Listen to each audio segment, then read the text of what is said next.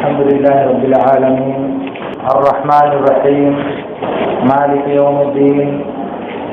وأشهد أن لا إله إلا الله وحده لا شريك له وأشهد أن محمدا عبده ورسوله أما بعد معزز حاضرین، اللہ رب العالمین نے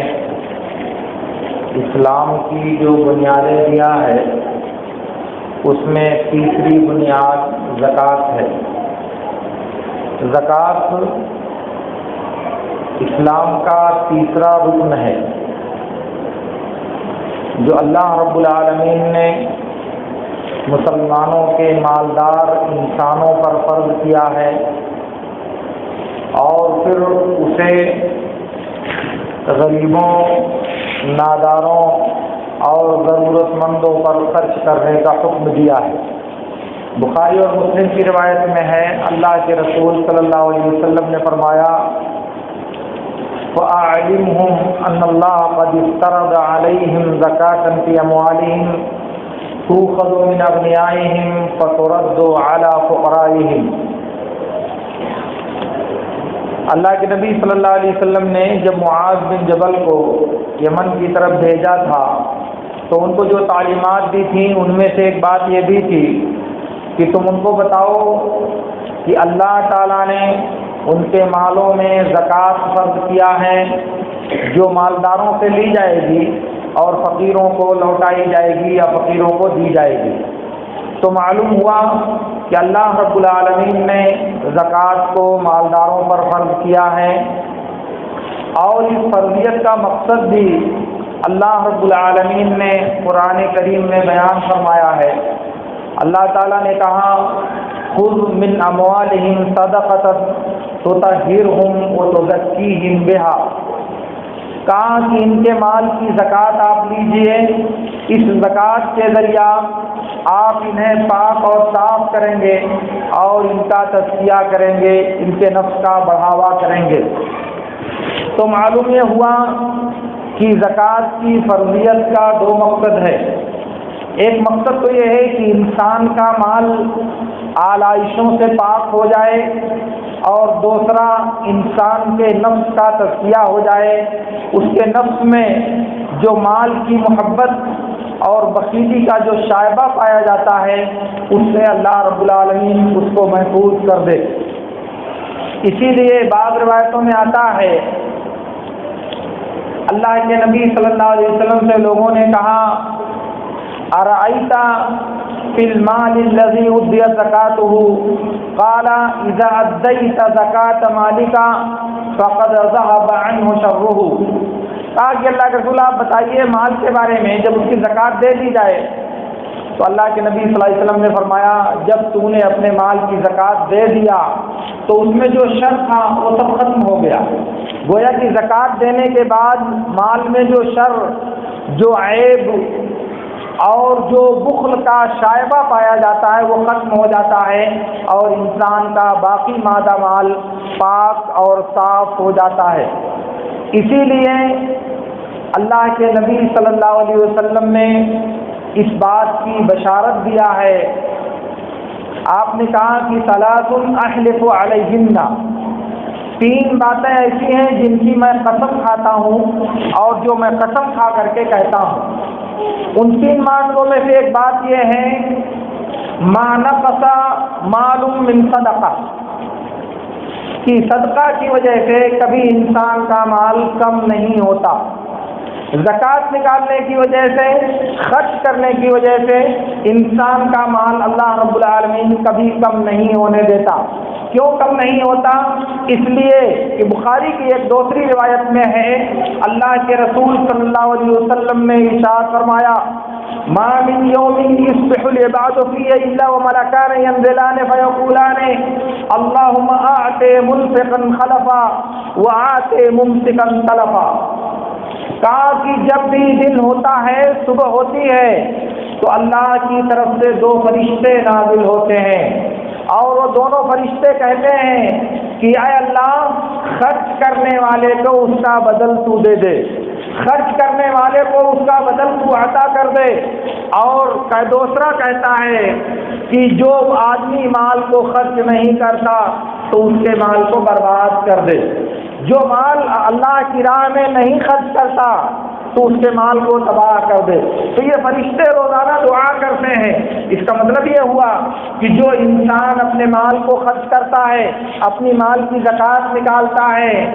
اس کو اللہ تعالیٰ اس کا بدلہ دنیا میں بھی عطا کرتا ہے۔ اور یہ جو فرشتے دعا کرتے ہیں اللہم آت منفقا خلفا، خلف کے معنی جانشین، جو چلا گیا اس کی جگہ قبر کرنے والا، تو ایک مال نکلا دوسرا مال اللہ تعالیٰ اس کی جگہ پر بھیجتا ہے۔ یہ اللہ رب العالمین کا نظام ہے۔ اسی لیے اللہ کے نبی صلی اللہ علیہ وسلم قسم کھاتے تھے کہ صدقہ کرنے کی وجہ سے کبھی کسی انسان کا مال کم نہیں ہوتا۔ ہاں یہ ضرور ہوتا ہے کہ انسان کا نفس پاک ہو جاتا ہے،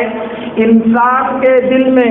دنیا کی جو محبت پائی جاتی ہے وہ محبت کمزور ہو جاتی ہے، اور انسان کے دل میں دین کی جو عظمت اور اللہ کی جو محبت پائی جاتی ہے اس میں بڑھاوا ہوتا ہے۔ لیکن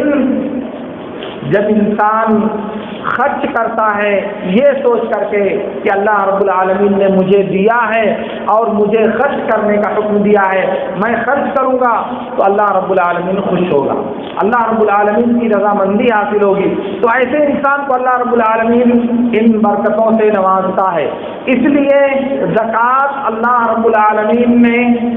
تمام مالداروں پر فرض کیا۔ مالدار کون ہے؟ اسلامی شریعت میں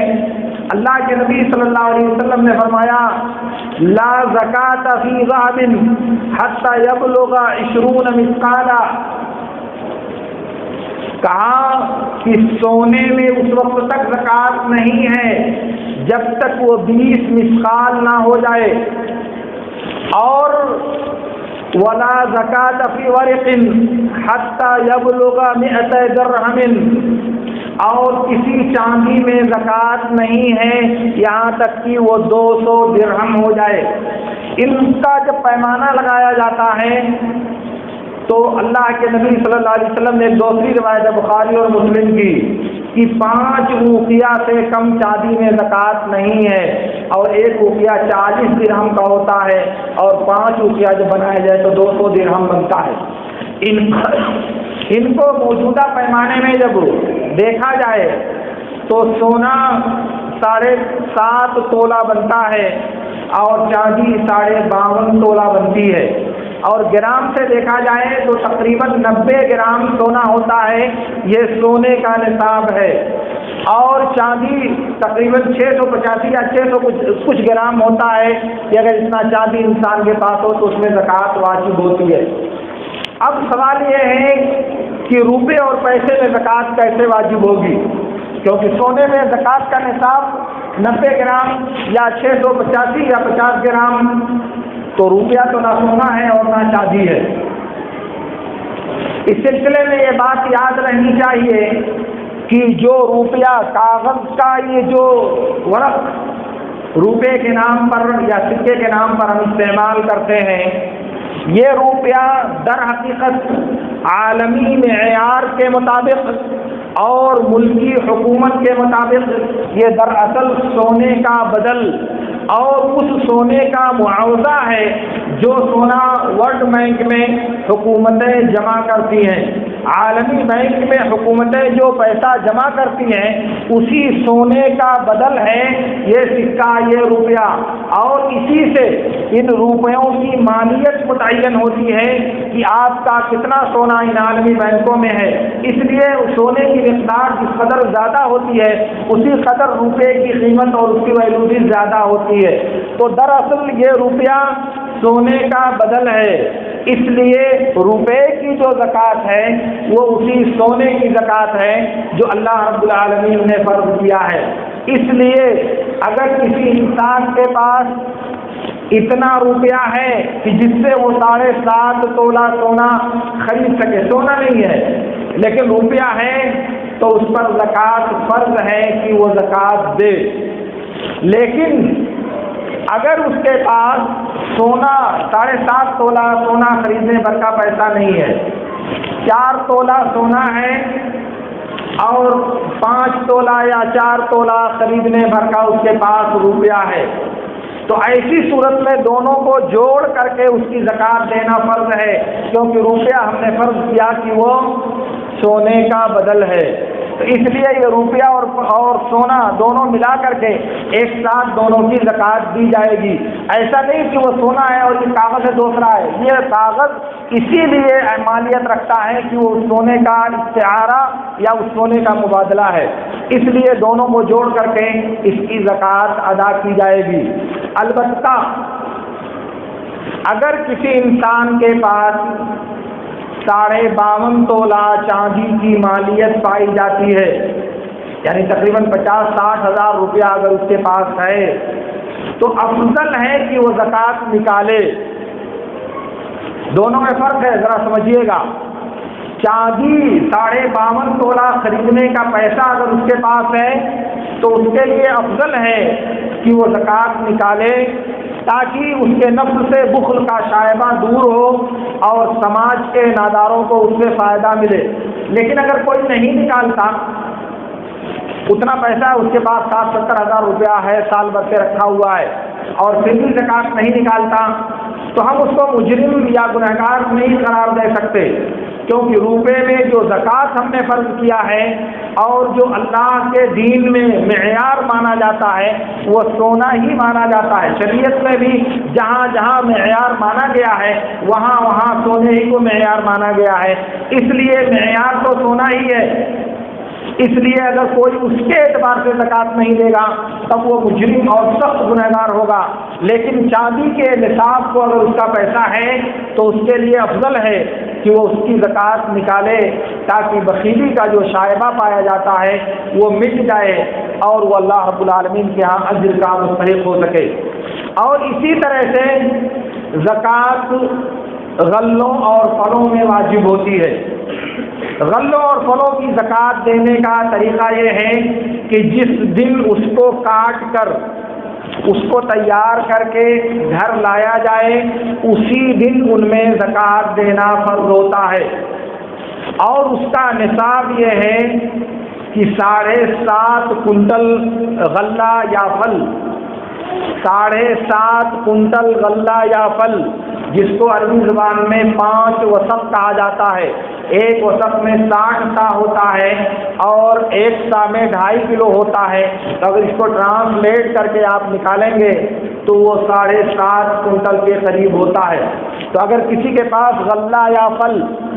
7.5 کنٹل پیدا ہو تو اس پر زکوٰۃ فرض ہوگی۔ البتہ اس زکوٰۃ کو ادا کرنے کا 2 طریقہ ہے۔ ایک طریقہ یہ ہے کہ اگر وہ غلہ یا پھل آسمان کی بارش سے پیدا ہوا ہے اور آپ کو اس میں پانی نہیں دینا پڑا ہے، باقی خرچ آپ دیتے ہیں، اس کا شریعت نے اعتبار نہیں کیا ہے، آپ کھاد ڈالتے ہو، آپ پھل چلاتے ہو، آپ بیج ڈالتے ہو، آپ اور بھی بہت کچھ کرتے ہو، لیکن شریعت نے اس کا اعتبار نہیں کیا۔ شریعت نے اعتبار کیا پانی چلانے اور پانی نہ چلانے کا۔ تو اگر آپ نے اس میں پانی نہیں دیا ہے، آسمان کی بارش سے، نہر کی بارش سے، چشمے کی بارش سے پیدا ہوا ہے اور آپ کی محنت اور آپ کے خرچ کا اس میں دخل نہیں ہے، تو آپ 10واں حصہ زکوٰۃ دو گے، یعنی ہر 10 کلو میں 1 کلو، ہر 10 کنٹل میں 1 کنٹل آپ کو زکوٰۃ دینی ہوگی۔ اور اگر آپ نے اپنی طرف سے سینچائی کیا ہے، پمپنگ سیٹ سے، کنویں سے، رہٹ سے اور بھی کسی چیز سے آپ نے پانی دیا ہے، آپ کی محنت لگی ہے، آپ کا خرچ لگا ہے، تو ایسی صورت میں آپ کو 20واں حصہ زکوٰۃ میں دینا ہے۔ 20واں حصہ کا مطلب یہ ہوا ہر 20 کلو میں 1 کلو، ہر 20 کنٹل میں 1 کنٹل آپ کو زکوٰۃ دینا ہے۔ 100 کلو اگر آپ کے پاس ہے تو آپ کو 20 کلو زکوٰۃ دینی ہوگی۔ یہ اللہ رب العالمین نے متعین کیا ہے زکوٰۃ دینے کا طریقہ غلوں اور پھلوں میں، اور اسی طرح زکوٰۃ فرض ہے جانوروں میں۔